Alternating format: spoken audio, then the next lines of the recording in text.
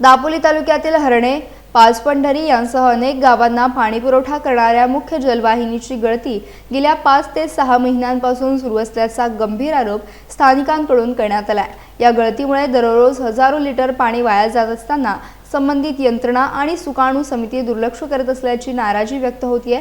विशेष म्हणजे उन्हाळ्यात अनेक गावांना पाणी टंचाईचा सामना करावा लागत असताना दुसरीकडे मौल्यवान पाणी गळतीमुळे पाणी वाया जात असल्याचे चित्र समोर आले आहे।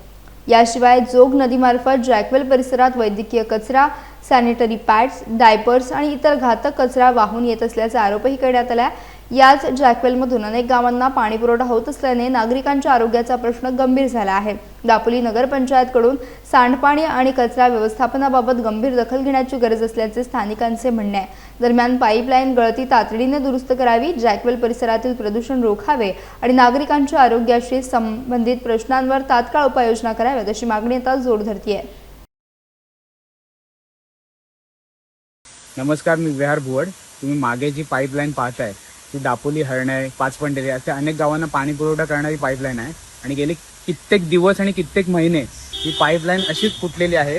असे अनेक ठिकाणी फुटलेले असू शकते, पण आमच्या ज्या निदर्शनास आलेल्या गोष्टी आहेत त्या आम्ही तुम्हाला दाखवतो। गेली 5 ते 6 महिने ही पाईपलाईन अशीच लिकेज आहे। पाईपलाईन मधून जे लिकेज झालेलं पाणी ते किती हजारो लिटर वाया गेलं असेल याचा तुम्ही विचार करा। भर मे महिन्याच्या आणि एप्रिलच्या पाणी टंचाईच्या काळात जर दापोली तालुक्यातील काही गावात जिथे पाणी पुरवठा होतो, हरणे, पाचपंढरी या गावांना जर पाणी टंचाईचा सामना करावा लागत असेल आणि असं पाणी जर आपण वाया घालवत असू तर मग ह्या सुकाणूची कमिटी आहे ज्यांचं लक्ष आहे कुठे? ह्या जॅकवेलच्या माध्यमातून ज्या गावांना पाणी पुरवठा केला जातो तरी दापोली तालुक्यातून जी वाहत येणारी जोग नदी आहे त्याच्यामार्फत हॉस्पिटलमधील घातक कचरा, त्याचं सॅनिटरी पॅड, लहान मुलांचे डायपर्स किंवा इतर मेडिकल गोष्टी असतील किंवा घरातील आपल्या जो काही कचरा आहे तो त्या नदीच्या मार्फत येऊन तो डायरेक्ट ह्या जॅकवेलच्या इकडेच मिळतो आणि त्याच्यातून ज्या गावांना हा पाणी पुरवठा होतो तेथील लोकांना आणि ग्रामस्थांना अनेक आरोग्याशी खेळ खेळला जातोय। त्यांना नको नको त्या आजारांचा सामना करावा लागतो। जी दापोली नगरपंचायत स्वतःच्या शहराचा पाणी पुरवठा करण्यासाठी नारगोली सारख्या गावाचा आधार घेते, तीच नगरपंचायत स्वतःचं निर्माण झालेलं सांडपाणी असेल, मेडिकल वेस्ट असेल ते हे जोग नदीच्या मार्फत बांतिवरे सारख्या जॅकवेलला येऊन मिळतं। काय इथली लोक पाणी पित नाहीत का?